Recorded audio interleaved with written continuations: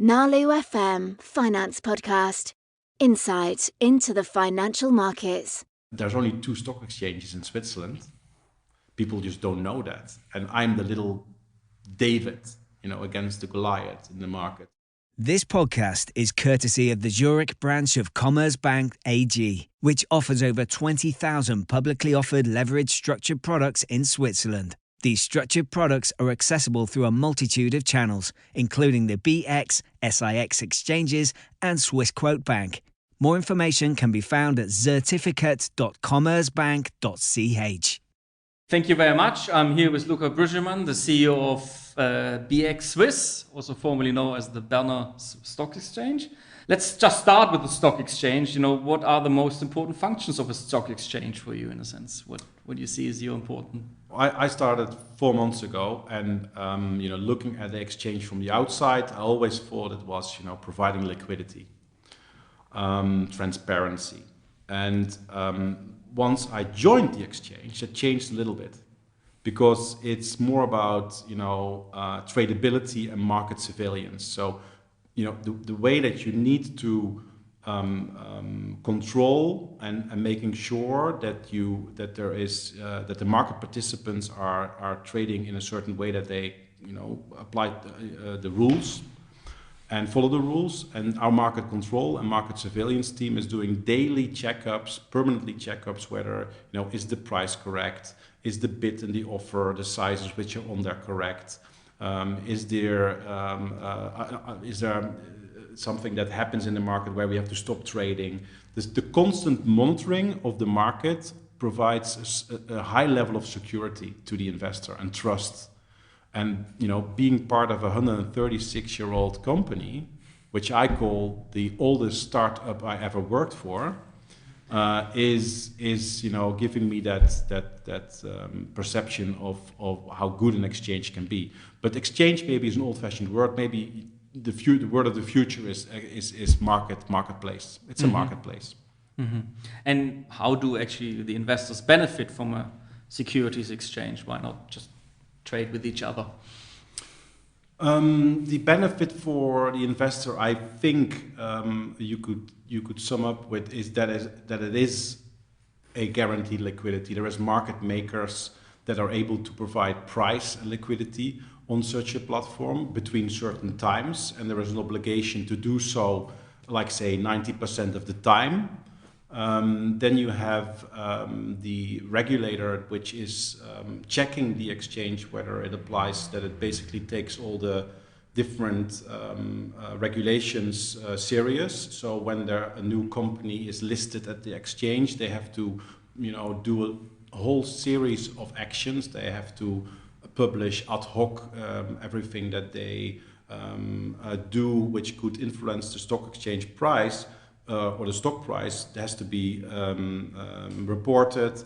There is the investor relations, the reporting quarterly, semi-annually. There are rules and regulations which have to be adhered to, and that is being checked by the team at the exchange in order to make sure that these companies are doing their job properly. And transparency is the result.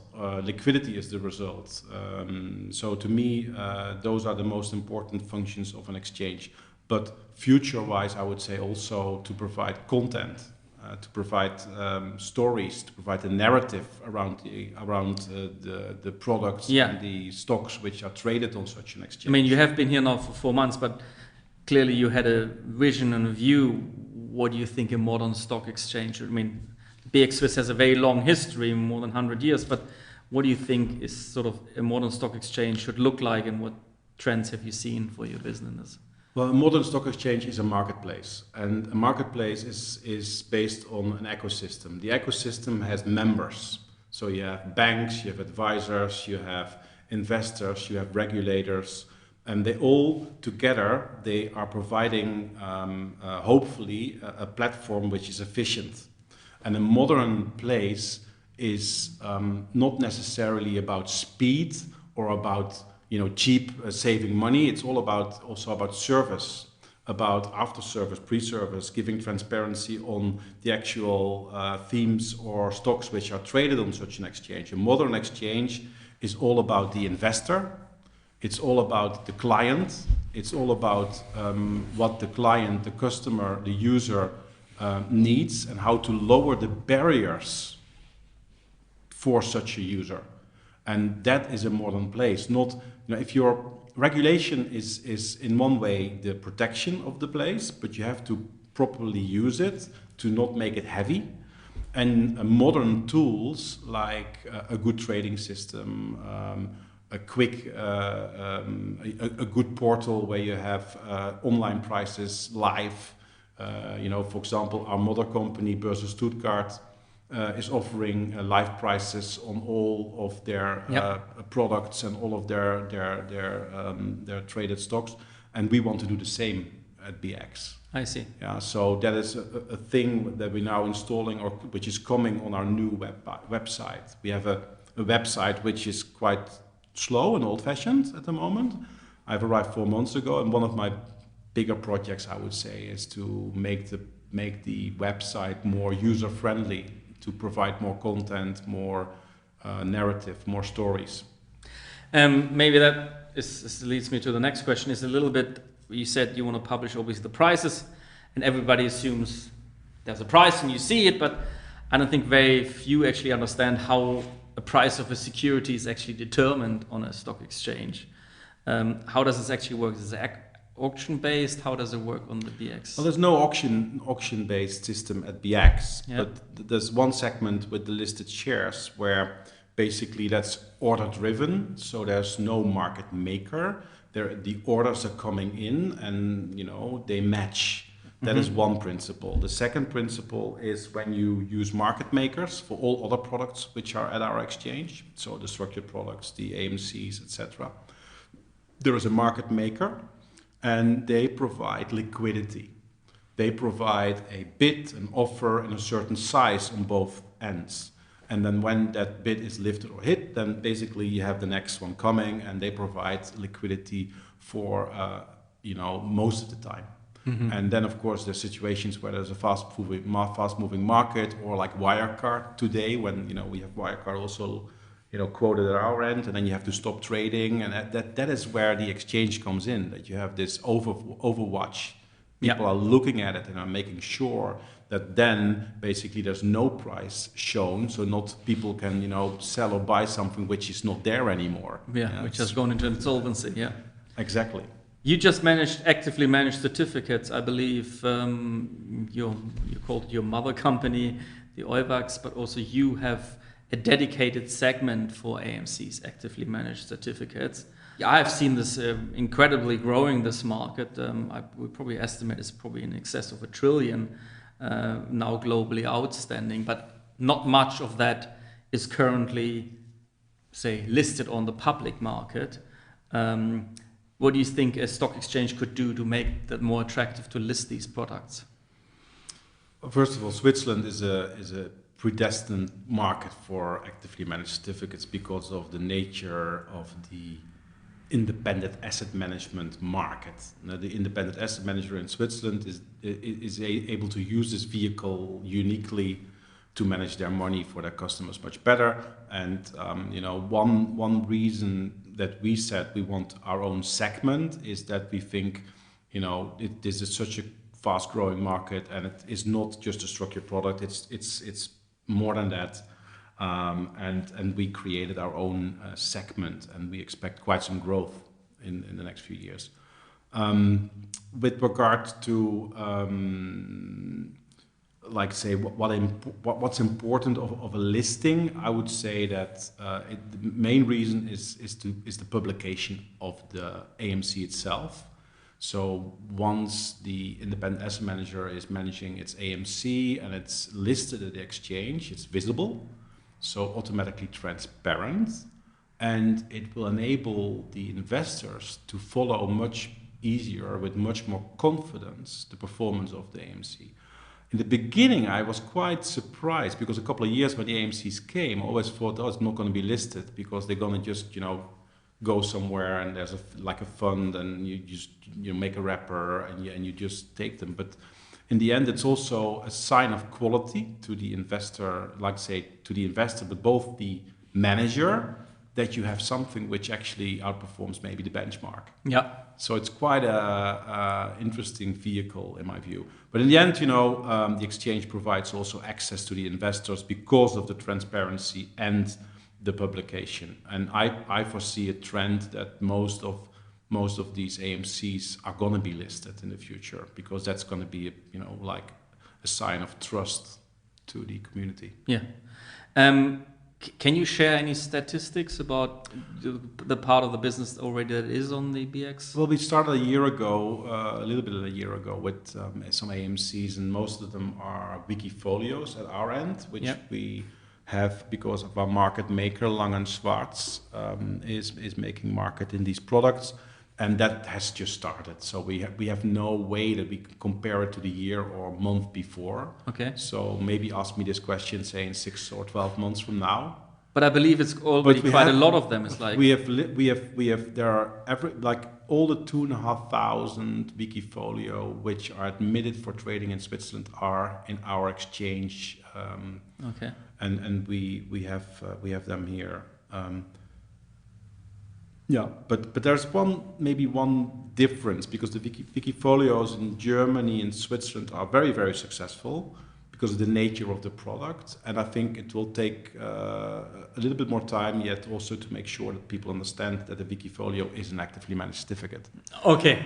And then the second part is there's one, like the original thought about a Wikifolio was that you have a manager which could also be a non-professional.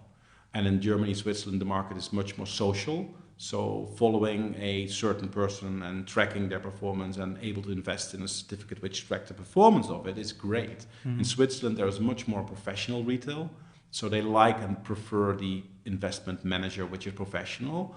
And therefore you need EAMs, extended external asset managers. And that's something we want to build up in Switzerland. You mentioned it, I mean, obviously in Switzerland has been a big growing market for actively managed securities. Why do you think that actually became so popular in Switzerland? Why it became so popular? Because I think it is popular because it's an ideal tool for the independent asset manager, as I said, to manage money at different banks, but having it in 1 or 2 or 3 different products. Yeah. So it's much easier to sell in the end, and it's much easier for the asset manager, when it's a small asset manager, to be able to manage the money efficiently. Yeah. You mentioned market surveillance.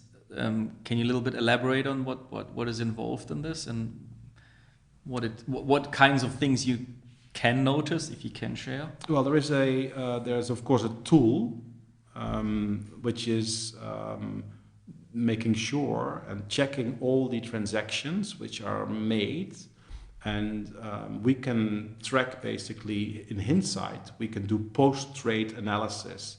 For example, Wirecard would be a good example. When you see that 2 weeks before the actual news, there is a number of trades coming from a participant which are suspect, then you can go deeper into the system and check actually who was behind it. Mm-hmm. You can check whether the price movement was a normal one.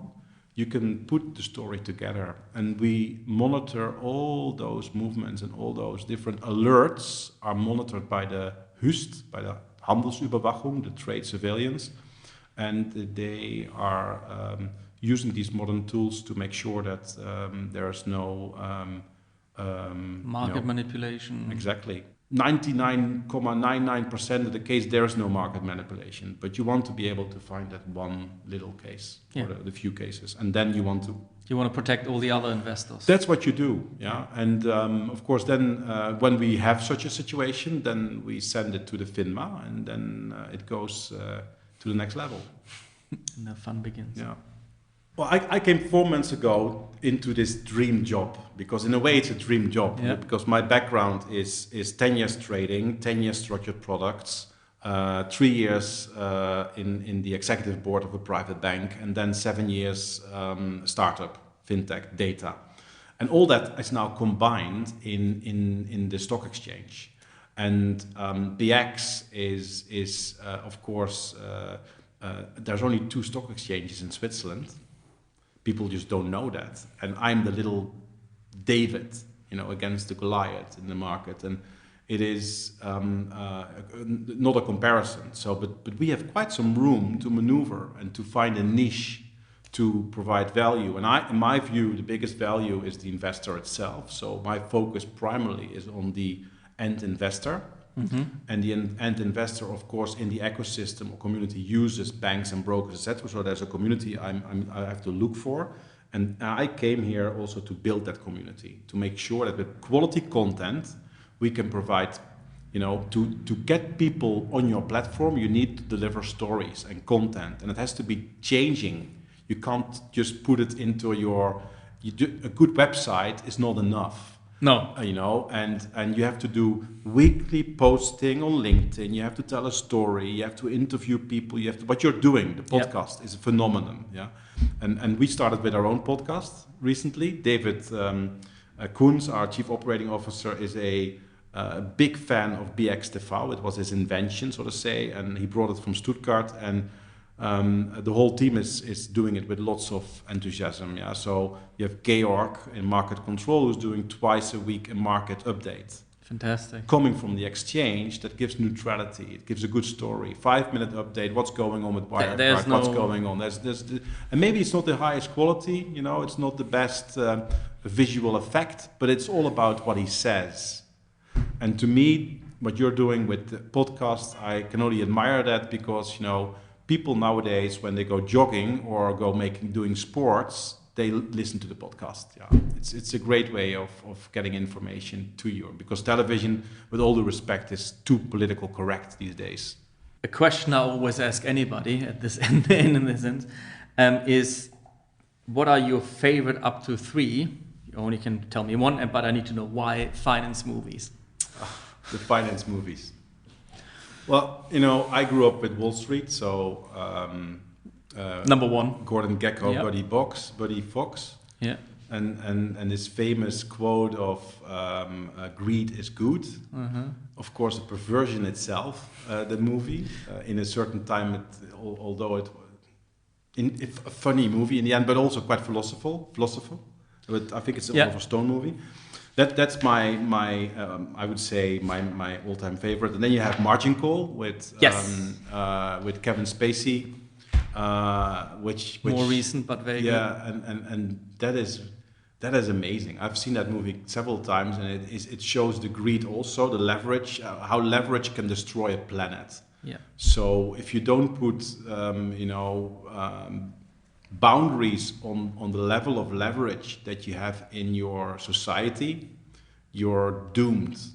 Yeah. So, and that's a conflict, because I like leveraged products, but you have to use them to go, maybe hedge your portfolio, and not only use it opportunistically to over leverage yourself and think that you can make more money by tripling, by quadrifying your bets. It's not betting. My industry is everything but betting. So I think Margin Call is showing that level of where it's not supposed to go. Yeah, no, I agree. And then you have the film about Warren Buffett.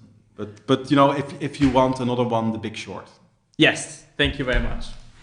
The Big Short with his comedian Steve Carell was also there, and he played a magnificent role. So that movie I've seen also multiple times, because the dialogues are one in a million, and it's this documentary voiceover, which is great, of Ryan Gosling. I think he's doing the voiceover and explaining the public what people do and think, and how crazy this whole situation was.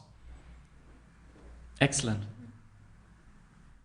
This podcast is courtesy of the Zurich branch of Commerzbank AG, which offers over 20,000 publicly offered leveraged structured products in Switzerland. These structured products are accessible through a multitude of channels, including the BX, SIX exchanges, and Swissquote Bank. More information can be found at certificate.commerzbank.ch. Nalu FM Finance Podcast. Insight into the financial markets.